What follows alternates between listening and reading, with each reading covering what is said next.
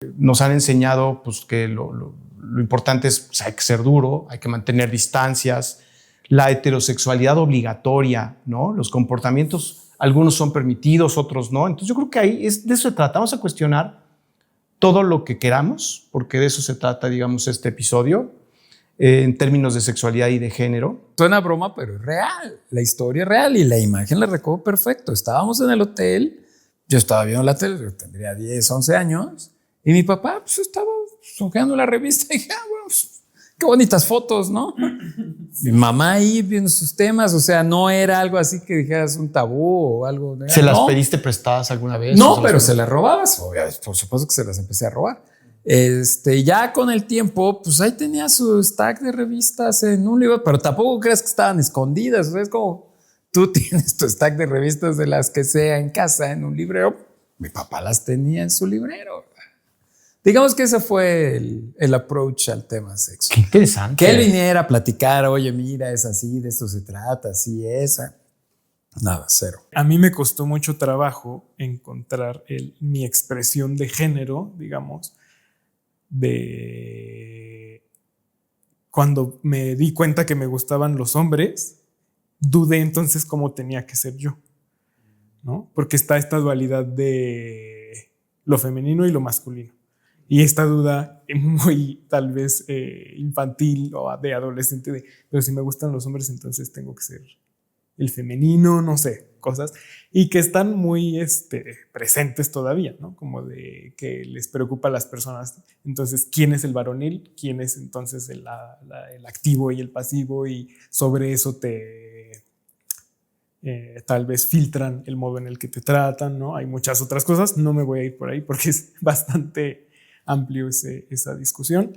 Aunque desde el género sí hubo como mucho, pues, corrección, ¿no? De cómo se tendría que ser, como desde la expresión del género particularmente, ¿no? Párate así, siéntate así, peínate así, qué colores te tienen que gustar, qué cosas te tienen que gustar. Con eso sí hubo como mucho... ¿Qué te decía, por ejemplo? A ver, por ejemplo, me acuerdo que cuando estaba, no sé, primero, segundo de primaria, algo así, que era un grupo de niños como tratando de jugar a las luchitas, ¿no? Me acuerdo que cuando yo quería hacerlo también, mi mano, cuando hacía el puño, ¿no? Yo siempre lo hacía así. Y mi papá me decía que no, que los niños tienen que tener el pulgar de fuera, porque las niñas eran las que lo tenían por dentro. Bienvenidos a Primer Apellido, historia sobre mi padre, un nuevo episodio que además me entusiasma mucho por muchas razones, ahorita les voy a contar. Les recuerdo pues que este espacio que estamos, digamos, creando y que estamos construyendo, pues hombres valientes que nos estamos animando ahí a explorar un poco más esos temas de los que no solemos, digamos, hablar.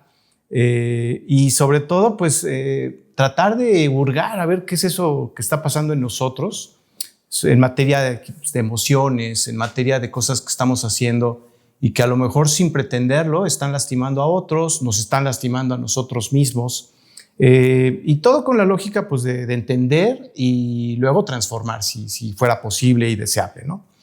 Y bueno, como lo hemos venido haciendo en estas últimas semanas, pues el formato del programa, del episodio o del podcast, pues es hablar, digamos, empezar a hablar, digamos, de nuestros padres, por eso se llama como se llama, pero no es con la lógica ni la intención de juzgar, es con la intención de entender, de reconocer, de, digamos, ver qué nos queremos quedar, qué no, y sobre todo, digamos, a lo mejor de cuestionar.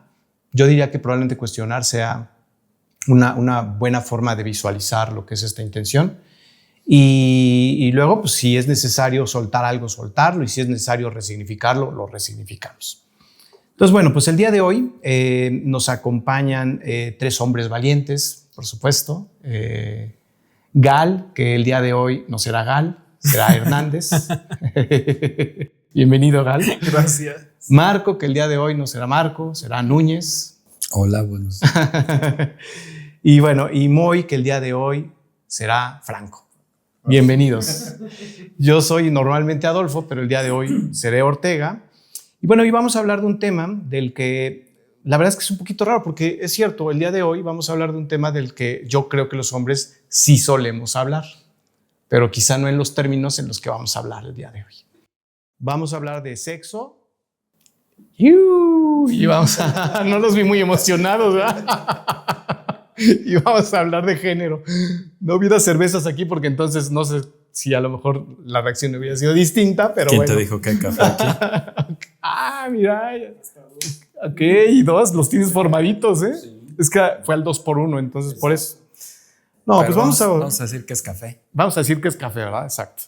Bueno, vamos a cuestionar el día de hoy este mandato que nos dice cosas como qué nos debe gustar a los hombres y qué no.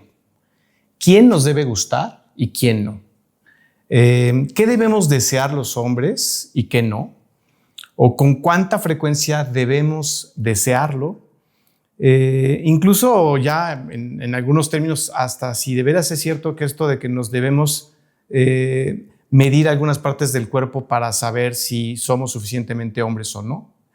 Entre muchas otras cosas. Yo creo que todos nos hemos dado cuenta que hay pues estas lecciones, a lo mejor ya como adultos nos damos cuenta, ojalá que así sea, de que de pronto a los hombres nos dicen pues, que siempre debemos de querer, ¿no? Siempre debemos de tener un deseo sexual, o de que siempre debemos de tomar la iniciativa, o de que debemos de tener experiencia, o de que debemos, digamos, a lo mejor de no dudar en aspectos, digamos, cuando se trata de la seducción, pero también nos han enseñado que no debemos explorar, no está como muy bien visto. De alguna forma hemos aprendido lo que es aceptable o no en términos de género, ¿no? Nos han enseñado pues, que lo importante es, pues, hay que ser duro, hay que mantener distancias, la heterosexualidad obligatoria, ¿no? Los comportamientos, algunos son permitidos, otros no. Entonces yo creo que ahí de eso se trata. Vamos a cuestionar todo lo que queramos, porque de eso se trata, digamos, este episodio, en términos de sexualidad y de género. Y de alguna forma lo vamos a hacer, me gustaría empezar a hacerlo, pues con el sello de la casa, que son historias de nuestro padre, ¿no? O de la figura paterna que estuvo cerca de nosotros. Entonces, pues me gustaría empezar preguntándoles, a mí yo voy a compartir una historia por ahí que yo tengo, si hay alguna historia, podríamos comenzar contigo, Núñez, que siempre tienes historias bien interesantes de tu papá. Me halagas. ¿Qué va a empezar el papá? Es que ese señor Núñez sí era tremendo. Era una personalidad de esas poco usuales.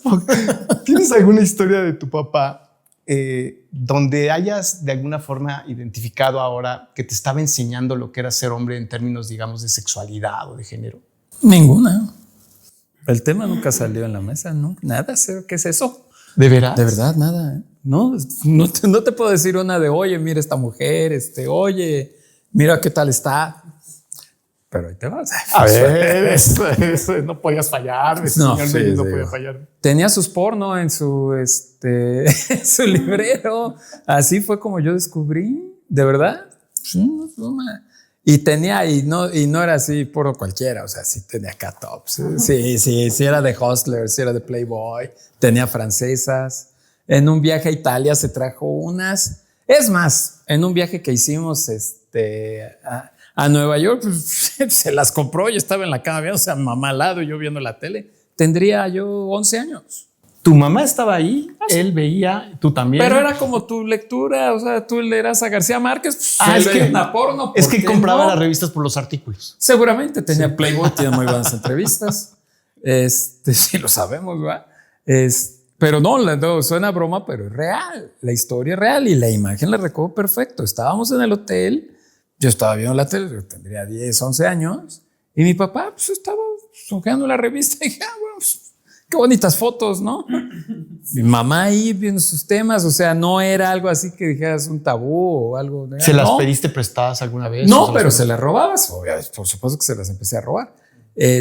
Ya con el tiempo, pues ahí tenía su stack de revistas en un libro, pero tampoco creas que estaban escondidas. O sea, es como tú tienes tu stack de revistas de las que sea en casa en un librero.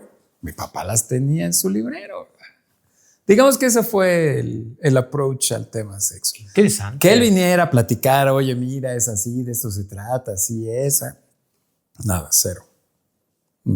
Me acuerdo una vez también estábamos viendo un juego de fútbol americano con un buen amigo de la familia, también tendría yo 10, 11 años, y salió creo que un tráiler de una película, no sé qué. Ah, no, ya me acordé. Estaba Dinastía con John Collins.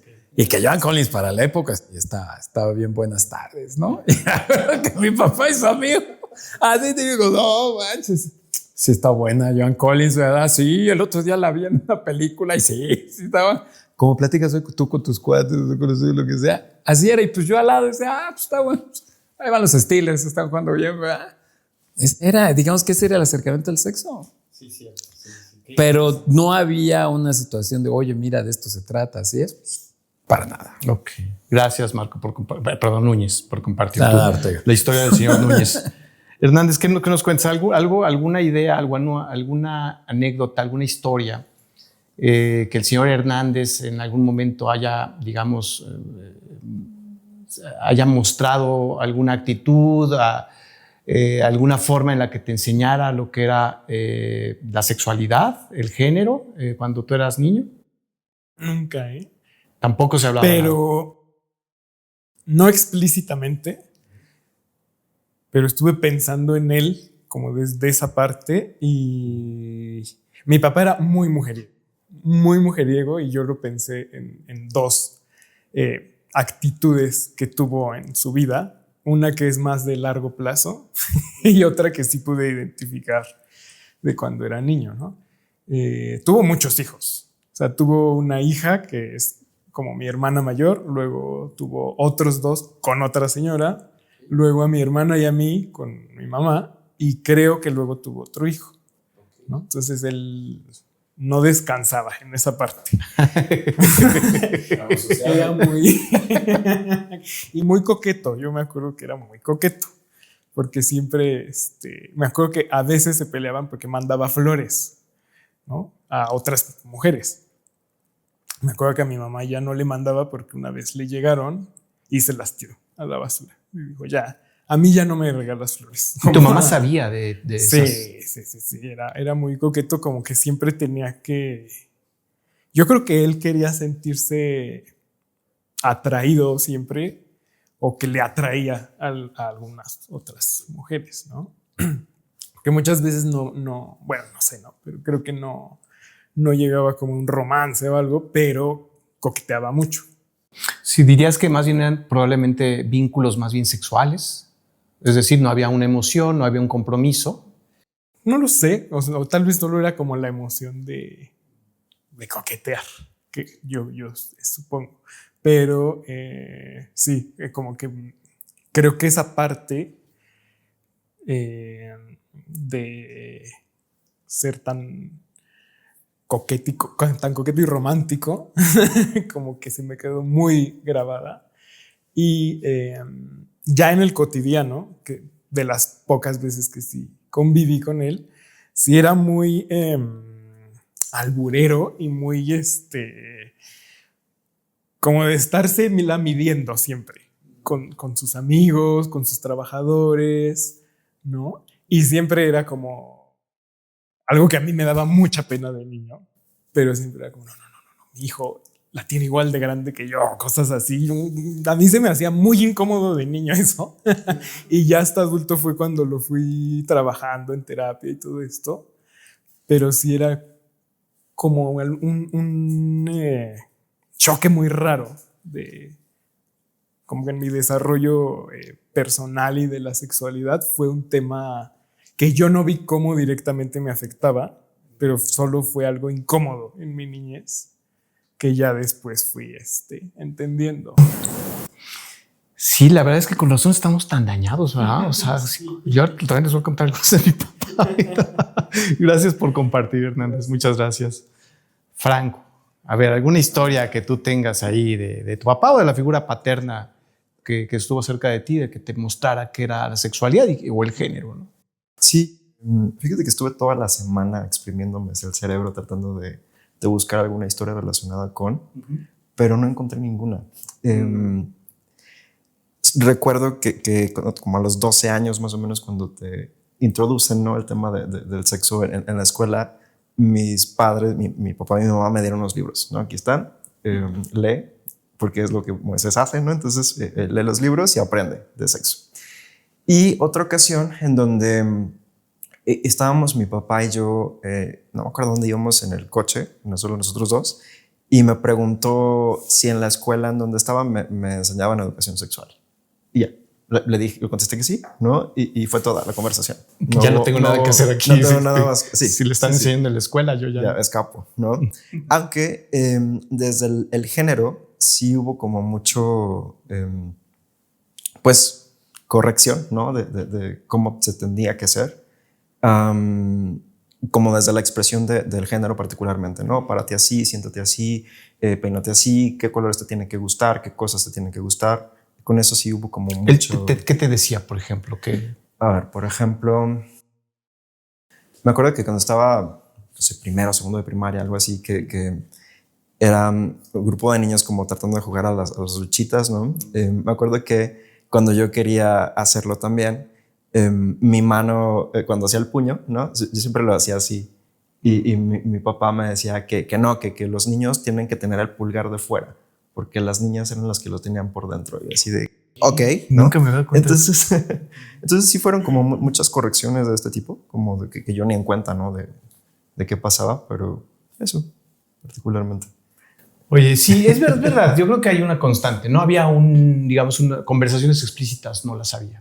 Pero había muchos mensajes, ¿no? Muchísimos mensajes. En mi caso, algunos de los que yo recuerdo es que, por ejemplo, bueno, ya conté en otro episodio, aquella vez que mi papá le dio permiso al peluquero de que yo ya podía acercarme a las revistas pornográficas que tenía ahí. Pero, por ejemplo, no sé si ustedes se acuerdan, mi papá compraba muchos periódicos y entonces en la edición vespertina de Ovaciones, estaba la famosa página 3. Y la página 3 era, imagínense el periódico así gigantesco, y era una mujer desnuda. Bueno, por lo menos con los pechos fuera, ¿no? Porque no sé si completamente desnuda, pero por lo menos con los pechos fuera. Y era impresionante, porque además era un tamaño muy grande, digamos, de todo, digo, no solamente del tamaño del periódico. Y yo la verdad es que pues, lo tenía ahí. O sea, llegaba el periódico todos los días y todos los días pues, era una modelo distinta. Y yo, claro que quería verla, pero me daba pena porque estaba en mi casa. No había tanta apertura seguramente como tu papá con las revistas. No es apertura, es otra cosa. Y la verdad es que entonces alguna vez cuando mi papá los compraba, pues los leía supongo también por los artículos, pero en algún momento tenía su periódico en su recámara, y entonces yo llegué a abrir, pues no había nadie, y yo estaba viéndola ahí, y llega mi papá y me dice, ¿estás viendo chavas encueradas? Y yo súper colorado, y dice, bueno, y se fue. Y yo, no pasó nada, pero me seguía dando mucha vergüenza. De alguna forma, eso te empieza a validar de alguna forma cosas, ¿no? Está bien porque no me regañó, aunque yo hubiera pensado que me iba a regañar. Pero luego también había un montón de comentarios misóginos, había muchísimo, o sea, desde cómo cortarse el pelo cada 15 días o cada semana, usaba botas, cosas de hombre, hebillas, él se dejaba a veces el bigote y lo presumía mucho, tenía pelo en pecho, entonces siempre era muy, muy varonil. Y uno va creciendo como hijo, queriendo, digamos, imitar pues, una figura pues, que ahí está y que siempre es admirable para cualquier niño, yo lo supongo. Y luego cuando yo escuchaba también, estábamos viendo la tele y de pronto, no sé, siempre en domingo salía Juan Gabriel y los comentarios que hacían muy despectivos mi papá te enseñaban algo. Siempre había esos, no había una conversación explícita, pero había un montón de mensajes. Y luego, aunque este programa, digamos, es primer apellido y hablamos del papá, también había refuerzos de las mujeres, ¿no? Y entonces me acuerdo que una de mis hermanas, en algún momento, cuando yo era muy chiquito, me empezó a decir Fofó, supongo que la terminación de Adolfo, Fofó. Y entonces me acuerdo que una vez le dijo a mi mamá, oye, no le digas Fofó porque parece nombre de joto.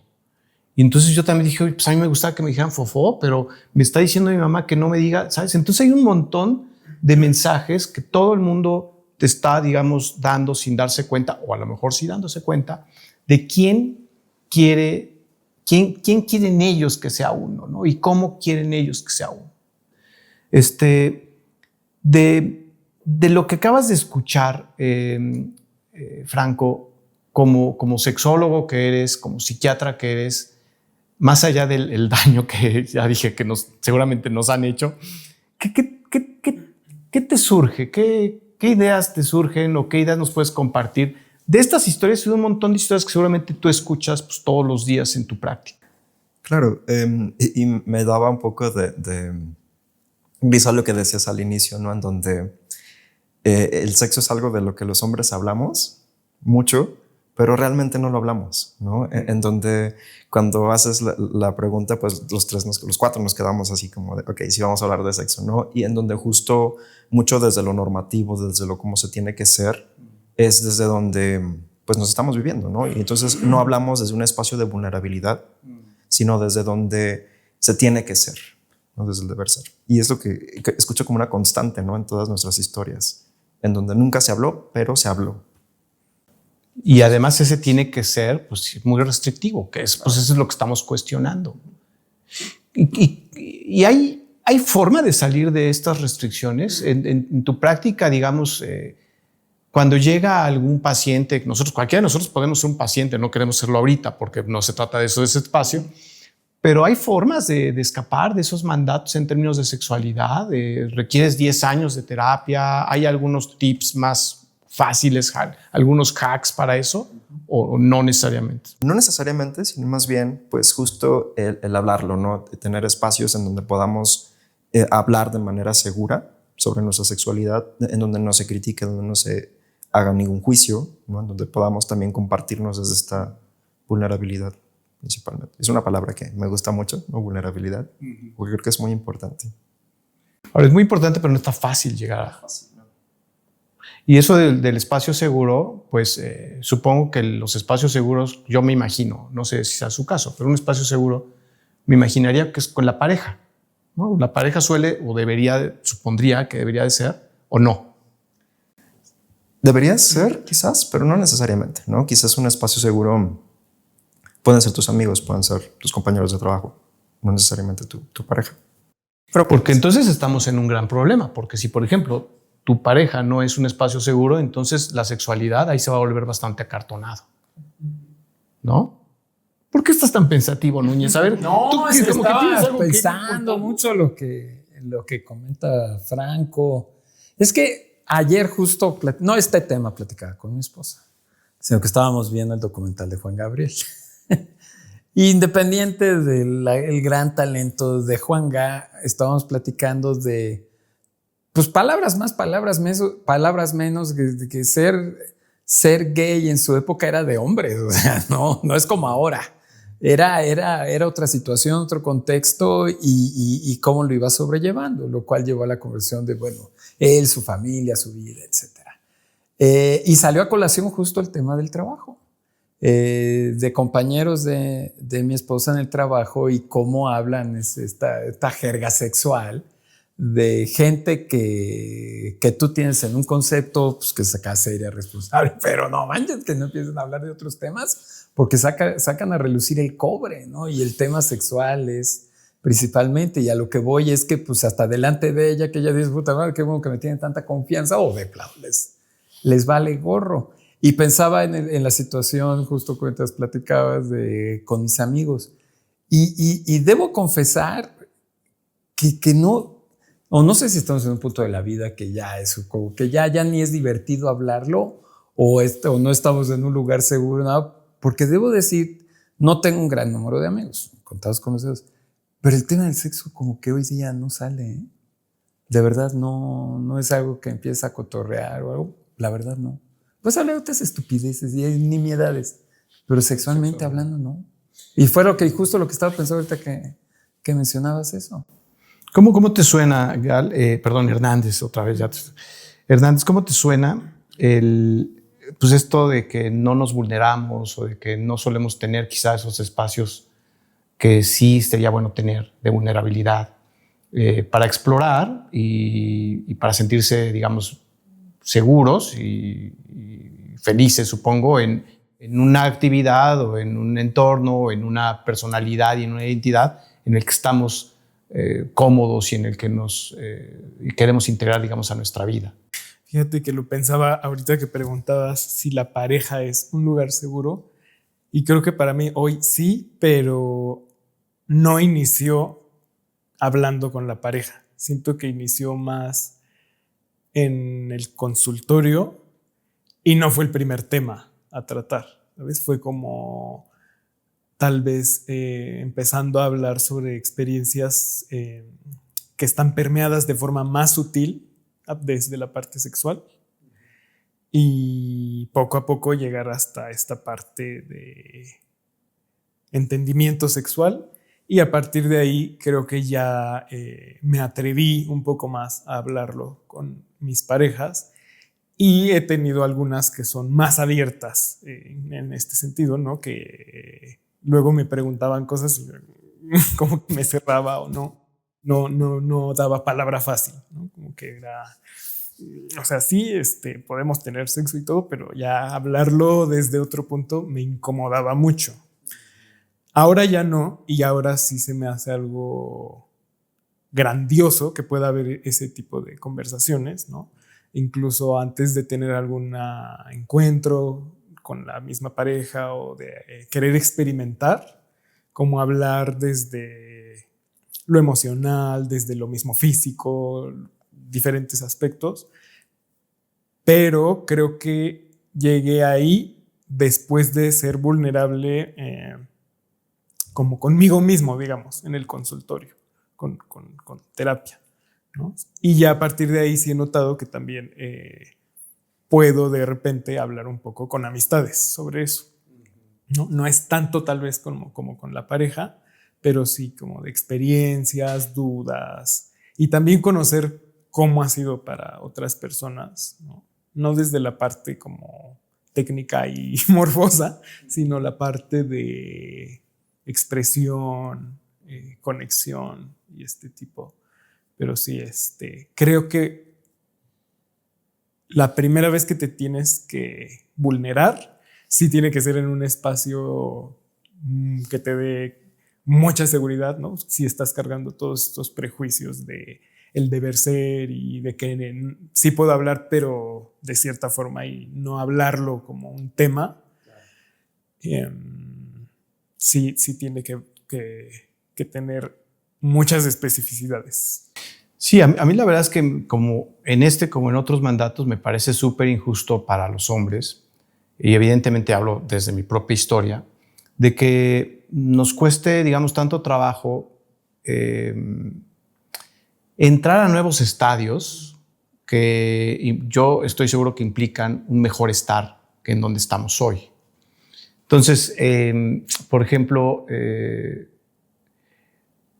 ahora que los escuchaba, también recordaba cómo en algún momento un grupo de amigos nos enteramos que a uno de ellos, ya es una historia muy fea, pero igual la voy a contar hablando de vulnerabilidades. Por supuesto, no diré nombres, pero en algún momento de nuestra juventud había una costumbre que yo sí debo reconocer, a mí no me gustaba, pero ahí estaba, que era ir con prostitutas.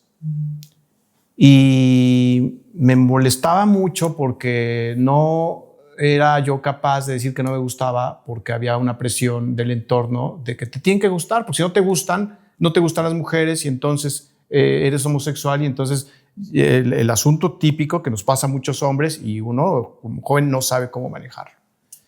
Pero nunca me gustó, digamos, ese entorno, pero estuve mucho tiempo en ese entorno, ¿no? Y miren qué feo, porque en algún momento una de las chicas que fueron contratadas, no sé cómo, le cuenta a algún otro que uno de los hombres que había pasado allí le pidió, yo no sé la parte técnica ni sé exactamente qué fue, pero sí le pidió algo así como que o le metieran algo en el ano o no sé qué cosa. A él. Y no saben, pues pobre chico, porque entonces la cantidad de burlas que tuvo. Y me parece durísimo, ¿no? Durísimo, porque, por ejemplo, es el tipo de cosas que dices, pues es que dicen que ahí hay un montón de terminales y entonces de lo que está perdiendo quien no lo hace, pero al mismo tiempo es que si yo lo hago, ¿qué tal si me gusta? Y entonces, que a lo mejor nunca me había dado cuenta que yo era homosexual, pero me voy a dar cuenta ahora que me guste. Y entonces dices, sufrió el chico, primero por la vergüenza. Después, las personas que lo estuvieron, digamos, pues agrediendo y burlándose, yo no, porque además él se separó del grupo. En esa ocasión yo no fui. Y se separó del grupo, yo no sé si por esa razón, pero si no era esa, eran muchas otras razones, porque además era un grupo muy pesado, era un ambiente muy agresivo, muy violento, y entonces me parece que hasta se tardó, porque además él particularmente era bulleado. Entonces se tardó de haberse ido de ese grupo, qué bueno que se fue, supongo que iba sobreviviendo emocionalmente, pero me parece injusto por todos lados, porque entonces ya, pues yo dije, ¿qué me voy a atrever yo a experimentar una circunstancia de placer sexual en un entorno en donde ya sé que es mal visto por otros hombres, entonces está mal visto por mí, ¿saben? Entonces yo creo que esa es la parte que a mí me parece que, como en otros mandatos, hay mucha injusticia. Te puede gustar o no, quién sabe, pero entonces yo ya no me animo a probar. Y como eso, ya no me animo a probar 200 cosas más, no sé si desde las cosas más inocentes como ponerse, digamos, en un rol, ya sabes, de jugador, digamos, ya sabes, que el disfraz o los entornos y demás, o qué sé yo, ¿no? La exploración que seguramente te puede llevar a cosas o a lugares más interesantes, que puede o no gustarte. ¿Cómo te suena todo esto, Franco? Me suena. Fíjate que cuando estabas contando esta historia del chico, vienen a mi cabeza un montón de historias muy parecidas que he escuchado, ¿no? En mi consulta, en mi práctica. Una experiencia también cercana al amigo de un primo, donde pasó algo similar, ¿no? En donde el chico, éramos adolescentes, ¿no? El chico era abiertamente gay y entonces de pronto un grupo de personas lo agarran, lo someten y por el ano introducen una salsa de estas que son como que se presionan, ¿no? Y entonces, vaya, la experiencia traumática que para esta persona fue inmensa, ¿no? En donde, pues como te sales de la normativa de lo que te tiene que gustar, entonces te violentamos o te ridiculizamos de cierta manera, ¿no? Que un poco eso es lo que mencionas, en donde cuando te sales de lo que debe de ser, entonces se señala, se juzga, se violenta, y que es algo que ocurre con mucha frecuencia. Y ya estás cayendo además, digamos, por supuesto, la parte emocional es un nivel, una afectación tremenda. La parte física también no es menos importante, ¿no?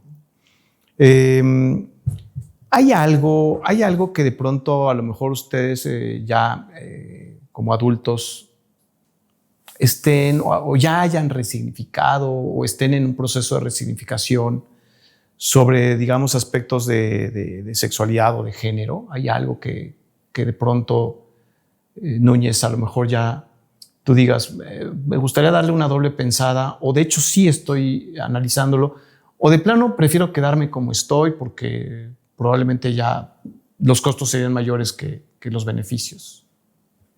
Pues el sexo no deja de gustar. Eso no deja de gustar. Pero más bien ya lo ves diferente, o sea, ya no lo platicas como lo platicabas hace 15, 20 años, que estaba en mis 30s. Hoy día, pues, no sé, igual ya es madurez, no sé cómo llamarle, pero regresa a esa palabra. No te deja de gustar, no dejas de disfrutar sexo. Mira, y algo tan simple, o sea, ya que nos estamos confesando. El otro día, flipeando canales, pues me encontré un canal porno y ya no me quedé a verlo. O sea, pues ya no despierta esa emoción, curiosidad, o, no sé, morbo, lo que sea.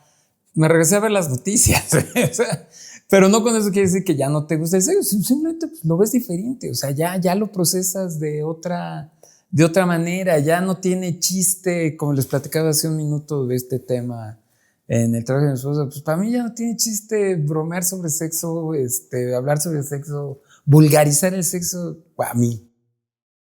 ya no me atrae, o sea, la neta, o sea, ya no tiene chiste. Pero explorar sobre el sexo. En sentido de conocer cosas nuevas, sí. ¿No? Sí, eso no se pierde, la neta, o sea, sigues tratando de buscar, y pues claro, como cualquier actividad que gusta, pues que te gusta, pues le buscas una variante, le buscas algo que sea novedoso. Bueno, y sin entrar en detalles, pero ¿lo platicas con tu pareja? Probablemente no lo suficiente. Tengo la fortuna de tener una esposa muy abierta y nada recatada en estos temas, nada.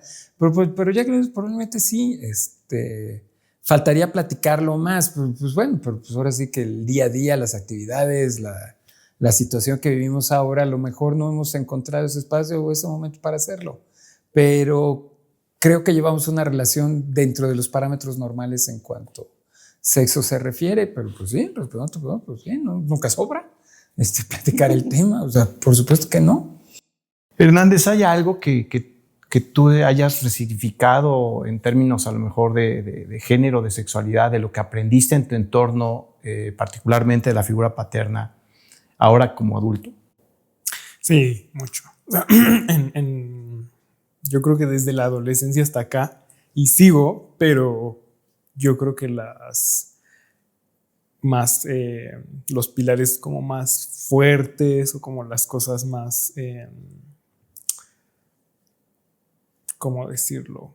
Como lo que es más fundamental, sí me costó trabajo y sí lo trabajé, y de repente ya voy encontrando como hay cositas más sutiles o como comportamientos ya más, hábitos más pequeños, digámoslo, que digo, creo que esto también está ligado, ¿no?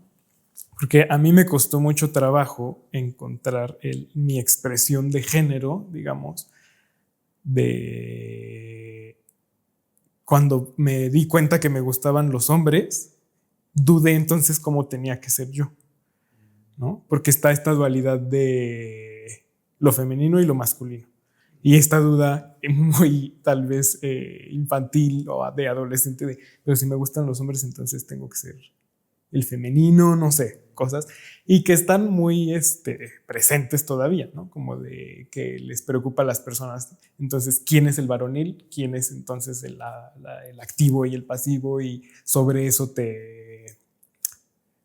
tal vez filtran el modo en el que te tratan, ¿no? Hay muchas otras cosas, no me voy a ir por ahí porque es bastante amplio esa discusión, pero como que decir, a ver, me gusta ser así, me gusta expresar mi género así e incluir ciertas expresiones, ciertos accesorios, ciertas cosas, y como irme sintiéndome cómodo con eso, fue difícil, pero lo resignifiqué y al final ya como que dejó de importar, ¿sabes? Como de, me gusta esto, igual si no lo uso, me da igual. Como que llega a cierta seguridad de que ya te deja en un plano en el que no necesitas lo exterior para sentirte cómodo.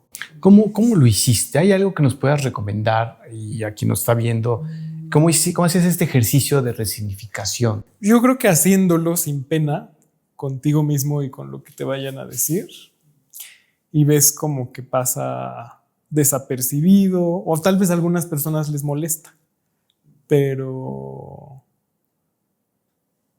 pues también para qué te clavas. Si a una persona le molesta, pues es su problema, ¿no? Y claramente no tendría que haber, o no podría haber una relación muy cercana con esa persona, ¿no? Si hay una molestia de su lado hacia tu persona, entonces pues no pasa nada. Y ya poco a poco vas, bueno, en mi caso fue así, como que esa confianza fue ganándose y ya, ahí escalando. Y también relacionado a esto, les quería contar algo, a ver, se me fue la idea, pero a ver si ahorita regresa. Creo que es más ya en la parte íntima, ¿no? Que también seguramente por todos estos comportamientos, por el deber ser y todo esto, hay una que es algo reciente, que fue resignificar el sexo, ¿no? En la pareja, porque tenía que haber mucho y bajo ciertas condiciones, ¿no? Como de el modo en el que se hacía, como la parte técnica, digamos. Como que me costó mucho trabajo cuando encontré algunas parejas que eran un poco más soft, como más ligero, más erótico, más sensual, y yo era más salvaje. No, ya, así, que sea así, así, así, ¿no? Entonces me gusta que haya la parte erótica, un poco más física, muy sutil, pero también como escalar a la siguiente, que es más violenta de cierta forma. Y cuando a la otra persona le gusta, pues no hay tema, ¿no? Claro. Pero cuando no le gusta, yo sí sentía, primero me enojaba, porque decía, es que cómo no le gusta. Y poco a poco fui viendo esta parte de, no, a ver, tú entiendes que tiene que ser así. Exacto. ¿Por qué no tratas de entender la otra parte? ¿No? Y eso sí es reciente, como entender distintos modos de vincularse de esa forma con otra persona. Es que es bien interesante lo que dices, porque me recuerda, digamos, tantas negociaciones que yo hubiera querido tener y que algunas de ellas sí las tuve con mis parejas, digamos, en términos, por ejemplo, de sexualidad, ¿no? En el asunto de, pero es que a mí me gusta así, a mí me gusta así, y la verdad es que luego, a mí no sé si es un asunto, supongo que sí, puede ser de personalidad, puede ser de inseguridad, uno terminaba adaptándose. O sea, yo terminaba adaptándome, pues porque decía, me da pena pedirle algo más, algo distinto. Yo hubiera querido esto, pero ya no sé si está dentro de lo que son, digamos, las circunstancias el acuerdo que tengo en la relación, o me va a ver mal, o a lo mejor un poco, fíjate, ahorita que planteabas el asunto de que o en tu caso, ¿no? Que tú querías más, seguramente, en términos de intensidad y a lo mejor de frecuencia, que eso es muy, digamos, vinculado, digamos, al hombre, ¿no? Y entonces yo de pronto decía, yo debo de querer más, pero ya no quería más, ¿no? Y entonces ya llegó un punto, porque claro, después yo estuve casado como 15 años, cuando estuve solo unos como 5 años, cuando volví, digamos, a buscar pareja, una de las primeras cosas que yo me acuerdo que le decía es, no necesariamente yo lo provocaba, pero un tema más o menos típico es, ¿qué tan importante es el sexo para ti? Y yo decía, a estas alturas es el 20% de importante. Y entonces yo veía la carita así como de decepción que tenían algunas de las personas con las que salía, pues que para mí es el 80 o 90%. Así, pues qué bueno que lo estamos hablando, porque para mí ya no es importante. Luego me di cuenta que estaba exagerando, que no era el 20%. Lo que pasa es que después de 5 años o 4 años solo, pues más vale que fuera el 20%, porque no iba a tener un problema más grande. Pero sí me parece que el asunto de las negociaciones es interesante, ¿no? ¿Cómo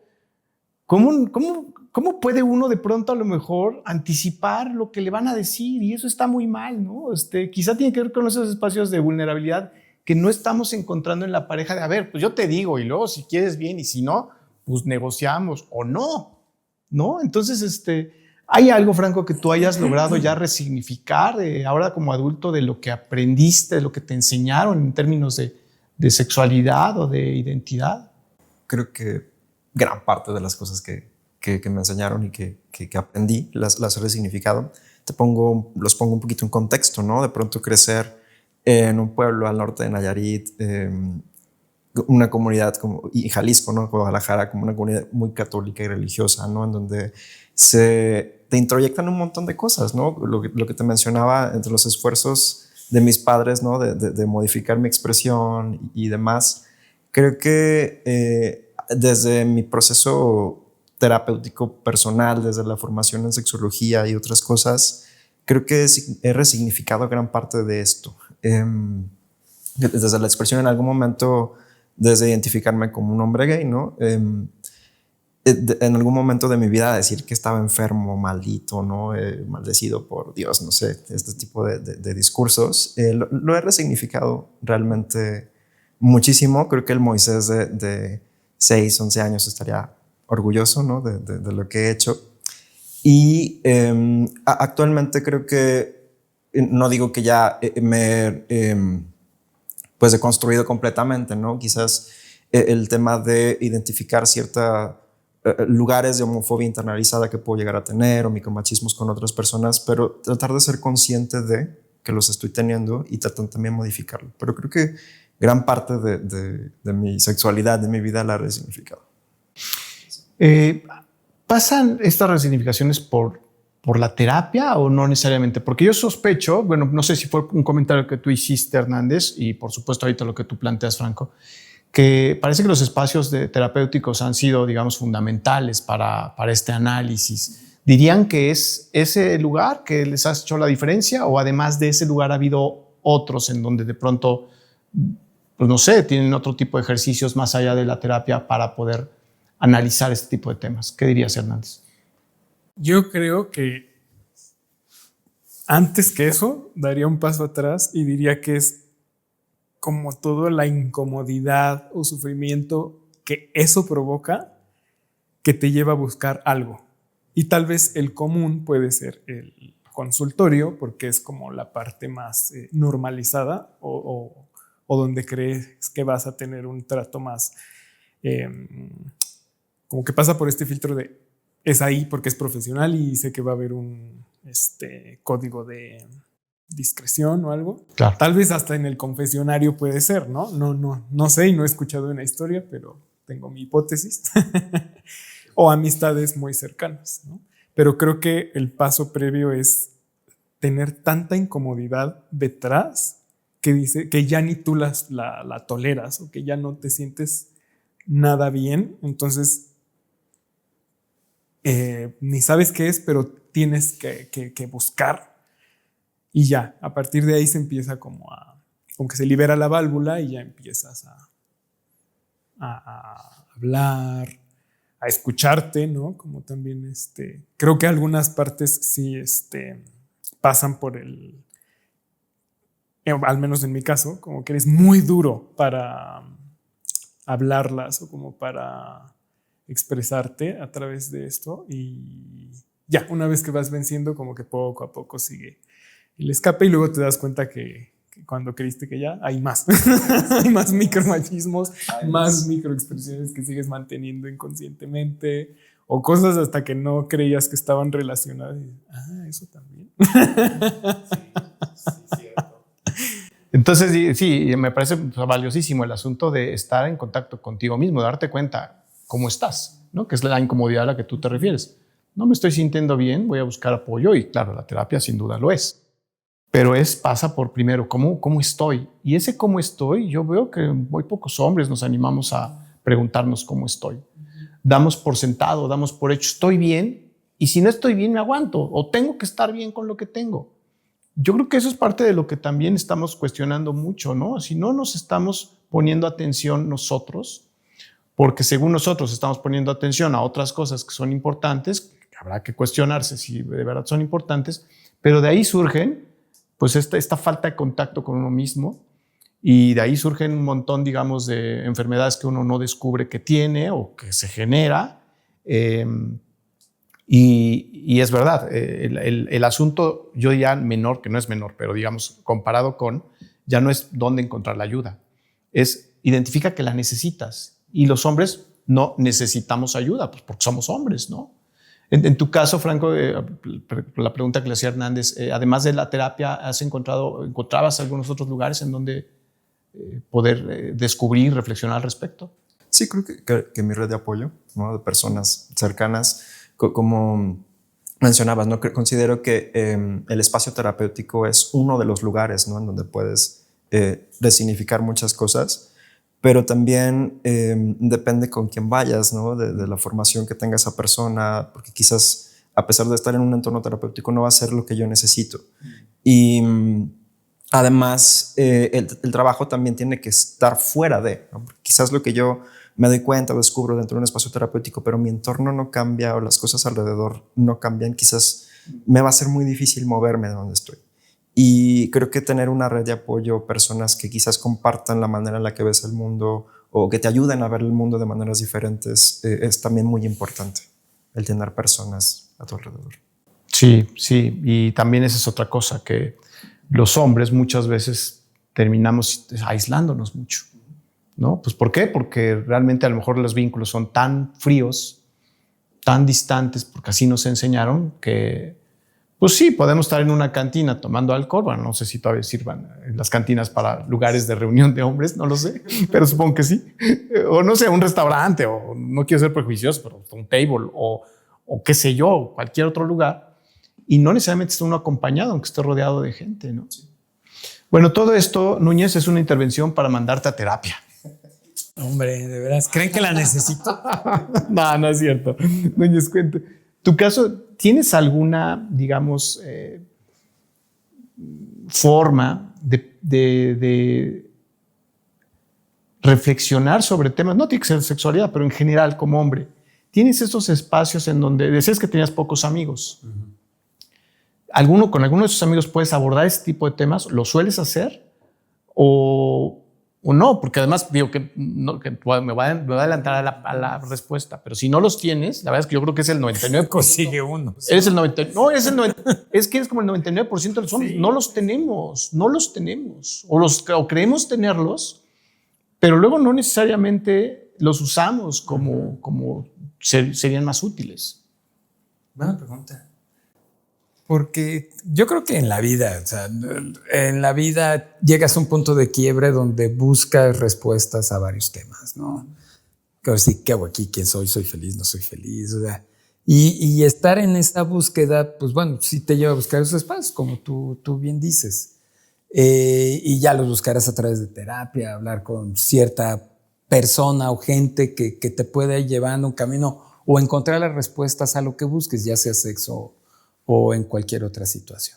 Con los amigos, yo creo que muchas veces lo que buscas con los amigos es alejarte del día a día, de los temas cotidianos y de hablar de estupideces o de vivorear a los demás o de simplemente sentarte a ver la tele, a ver un juego, chelear y no hablar. Ya dependerá del contexto de cada quien y la situación que viva cada quien. En mi caso, de verdad, eres raro, güey. Mejor hablamos de cualquier otra tontería, de vivorear a alguien, de cotorrear de temas realmente intrascendentes, pero de ponerte a hablar de que llegues con un amigo y decirle, oye, me pasa esto, me siento mal por esto, oye, ¿cómo ves este tema? Caso, Debo confesar que no, Pero pues también es porque pues, te rodeas de gente que pues, piensa o más o menos o siente igual que tú. Tampoco ha venido un amigo a decirme algún día, oye, fíjate que me pasó esta situación con mi esposa, mi pareja. La verdad, no, ahí sí debo responder que no tengo ese tipo de cercanía. Y ya dependerá de cada quien, en el punto en el que esté viviendo cada uno, pues dónde busca esas respuestas y con quién, ¿no? Todos en algún momento hemos pasado por terapia, todos en algún momento, y quien diga que no, o no le interesa, o no tiene los medios, o de plano está mintiendo. Pero pues todos hemos llegado a ese punto, todos hemos buscado platicar con alguien que te oriente, que te diga por dónde, qué demonios es, como dije, qué demonios es aquí, qué quieres eso. Todos llegamos a ese punto en algún momento de la vida, unos más temprano, unos más tarde, unos en el tiempo adecuado. Pero siempre buscas, yo creo que hasta de forma inconsciente lo buscas y tratas de encontrarlo, ¿no? Y habrá unos más abiertos que otros, gente más cerrada o gente que de plano nunca lo habla. Pues ahora sí que cada quien dirá cómo le fue en la feria, ¿no? Sí, no, yo tampoco. Yo creo que es un tema generacional. Yo tampoco lo tengo, la verdad. Y muchas veces he pensado si por eso entonces creé un podcast para tenerlo. Pues también, ¿no? Necesitabas algo donde sacarlo. Digo, no solamente porque efectivamente me sirve para traer amigos como ustedes y platicar al respecto, aunque tuvimos que tener el pretexto del podcast y de tener 3 cámaras, no había una mejor forma más de hacerlo para tener confianza.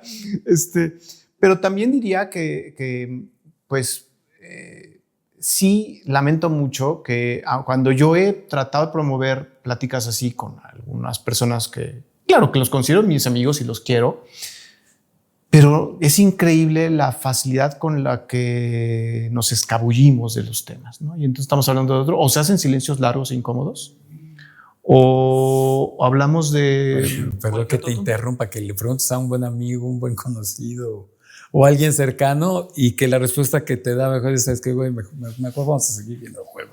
Sí, seguro. Neta, yo tenía la hipótesis de que, pero y bueno, más bien, ahorita pienso que tal vez sí es más generacional, porque a mí lo que me pasa es que luego me da pena, pero sí como que le empiezo a sacar el tema con alguna amistad y a la otra persona también le cuesta trabajo, pero al final sí se logra hablar, aunque sea superficial, a veces así como que nada más sacas el tema, ¡bum! Se va hasta lo más profundo así de confesiones y esto, y yo también siento esto y esto.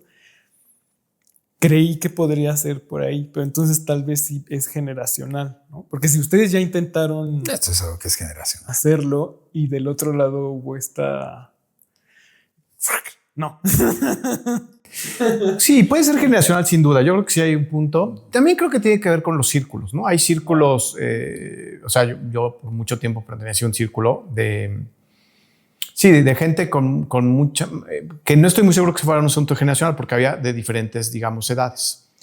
Pero estábamos como que partidos, digamos, ahí con la misma tijera, ¿no? Entonces, no estoy hablando de la familia, porque ya la familia per se, diferentes generaciones, aunque pueden tener, digamos, esas diferencias evidentemente asociadas a la edad, también al mismo tiempo el sello familiar está súper presente.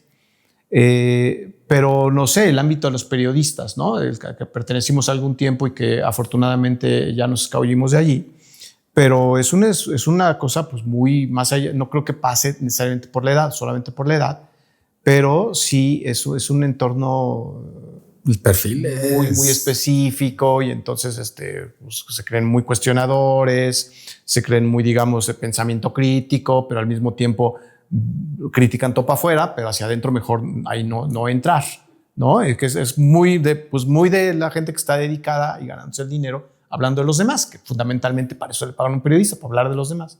Entonces, sí creo que ahí tenemos un pendiente como hombres de cualquier edad.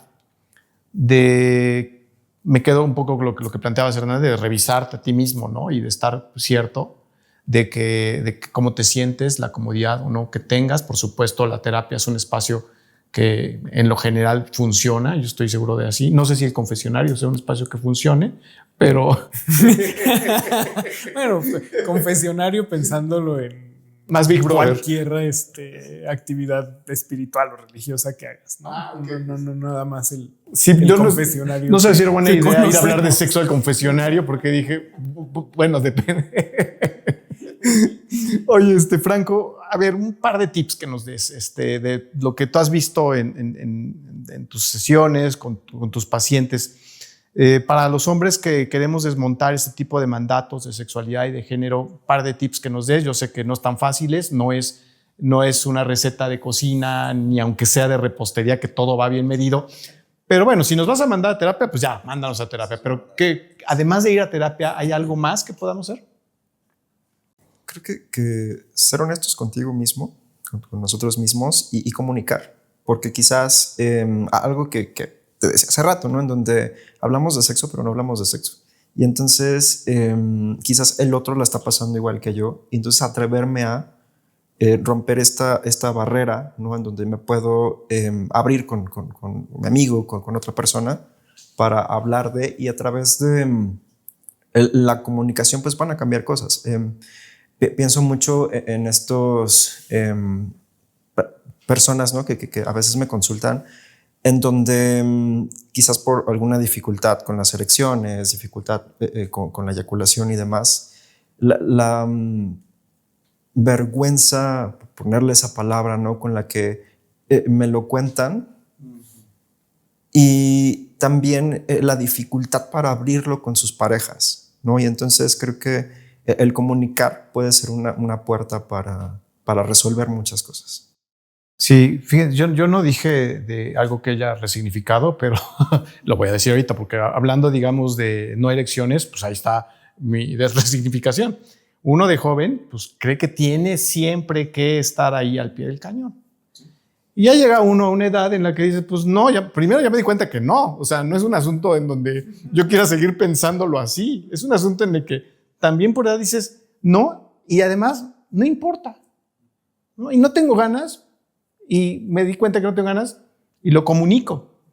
Ahora, Yo no sé si alguna vez, y no lo sé porque no lo he reflexionado, no me he puesto a pensar, yo estoy seguro que no, pero no descarto que mi mente lo haya borrado, que a lo mejor de joven alguna vez no tuve ganas, pero pues ahí andaba haciendo mi luchita, ¿no? Y esas cosas que dices, no puedo aceptarlo, no puedo verme así, porque entonces me pesaría, ¿no? Entonces, ojalá que no tenga que llegar la gente a una edad, que no sea la edad el único factor como para que eventualmente te puedas dar cuenta de qué forma eres, qué te gusta, qué no te gusta. Yo creo que eso es bien importante, ¿no? Que nos conozcamos de tan pequeños como sea posible. Yo creo que hay mucha chamba de los papás, ¿no? De los papás, que yo soy papá y mamá, pero del entorno más cercano, para crear chicos saludables. También el asunto de la sexualidad. No sé si tú ya estás haciendo algo en esos términos. Yo sé que tu hijo tiene 2 años apenas, Núñez. Pero lo he pensado, pero por supuesto que ¿qué es vas un a hacer tema. con él cuándo vas a tener la plática? ¿Cuándo se tiene la plática? Porque a lo mejor no es un asunto solo de la plática, son las actitudes. ¿Cómo lo vas llevando a eso? Desde el año 0. ¿No has pensado en eso? No, por supuesto. ¿Y qué has concluido? Absolutamente nada, no tengo ni la menor idea qué hacer. Usted es un experto aquí. ¿Qué haces con un niño de 2 años? Pero, en términos de, pues es que ¿cómo lo vas llevando? ¿Cómo le vas diciendo esto es bueno, esto es malo, no hagas esto, sé que esto es de hombres, esto no? Empiezas a escuchar gente también, bueno, que está alrededor, también con niños pequeños, dices, no manches. Pero, caso rápido, ya para no extenderos. Fíjate, estábamos yendo pues, a mi esposa y yo, antes de que naciera mi hijo, bueno, cursos de preparación, de cuando nacen, cómo crecen, así cómo tenerlos, y rápido la historia. Un cuate que contó su historia, que iban ya en el 7º, 8º mes de embarazo, le habían dicho que era niña, el bebé, y pues a la mera así le salieron que, pues no, ¿qué crees? Es niño. Bueno, el güey estaba de verdad en un conflicto, porque ahora cómo le iba a hablar, pues ya le hablaba a la panza de su esposa como niña, y ahora cómo le voy a hablar y decirle que no es niña, que es hombre. O sea, el güey estaba así, no, que Dios agarre confesado a tu hijo, me cae de madres. Bueno, lo pongo como referente porque pues, sí, pues es difícil. ¿Cómo le dices jugar con este juguete es bueno, jugar con este no? Esta actividad es buena, esta no, esta reacción, no es de, o sea, regreso a la parte, no es de hombres, o esto no hagas así porque no van a pensar mal. No me da idea. Ahora sí que es un día a la vez y lo tratas de llevar de la mejor forma. Por supuesto que cuando llegue el momento vamos a buscar apoyo, vamos a buscar orientación, vamos a buscar quien nos diga qué, cómo, cuándo y dónde, y cómo irlo llevando, ¿no? El asunto interesante ahí, Núñez, es que cuando llegue el momento ya llegó el momento. Sí, o sea, me refiero, es un decir, es una frase, pero ya está ahí, o sea, ya lo tienes que llevar, y no solo para el tema sexual, ¿no? Es educación, desarrollo, bla, bla. No, está súper difícil, está súper, porque uno se vuelve, con todos los errores que tiene uno, se vuelve el modelo de tu hijo. ¿No? Y es de lo que hablamos mucho en este programa. Todas las secuelas que nuestros papás dejaron en nosotros por su presencia o por su ausencia, lo que sea, pero está cañón. Pero fíjate, y darte cuenta, y también otro referente, otro buen amigo que tiene una hija ya veinteañera, que le acaba de confesar la hija que es gay, pero él nunca se había dado cuenta, cuando todos nos habíamos dado cuenta desde hace como 10, 12 años, que la niña era gay. Él nunca, o sea, a lo que voy es esto, hasta tú como padre, quitarte este velo, quitarte esta barrera, este escudo, o esta realidad de aceptar probablemente que las tendencias de tu hijo, pues bueno, no son probablemente las que dicta la sociedad o las que dictan las normas. ¿Y cómo te das cuenta y cómo lo vas llevando cuando te des cuenta de eso?